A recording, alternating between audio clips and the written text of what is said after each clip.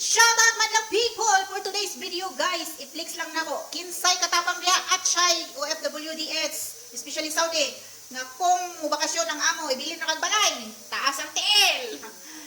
It's me, Kadikat. 11 years kasambahay sa isang amo lang. Proud. So for today's video, kay wala ang iring, magduwa ang ilaga. O diba? So ito na yung ginawa ko guys. So finished product na siya guys, si Emma. Pang 1 week na. Tapos nagluto na din ako ng adobo. And nagluto ako ng tinola para hindi na ako magluto. Kay busy bukas, mag-general cleaning para sa Ramadan. At nagluto na din ako ng white rice. Time check, anong oras? Coming 1 AM. Naglalaba pa ako guys. 1 AM na talaga.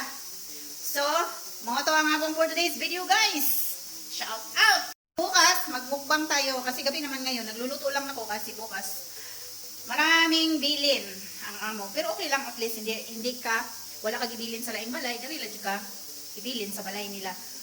Ako ra isa, pero okay lang. Basta, di lang ko ibilin-bilin sa laing na balay. So, bukas guys, mukbang tayo sa adobo ug tinulang manok. Bye-bye guys, ingat po tayong lahat. Laban lang tayo sa hamon ng buhay. Just remember, ang pag-abroad ay hindi pang habang buhay. Matatapos at matatapos din yan. Walang trabaho na hindi matatapos at walang kontrata na hindi matatapos.